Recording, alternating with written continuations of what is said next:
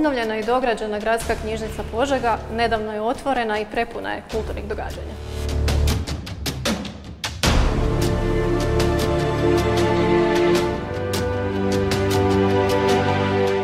Pridružite nam se na ovogodišnjem Slavonikonu 24.8. u Gradskoj knjižnici Požega od 10 ujutro. Očekuje vas panel rasprava, cosplay natjecanje, štandovi sa rukotvorinama.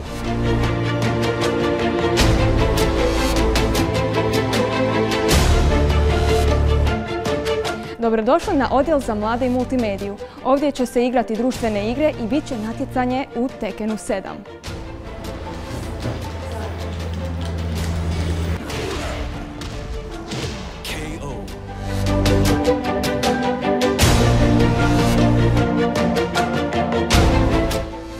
Dungeons and Dragons, Live action roleplay i ostale radionice.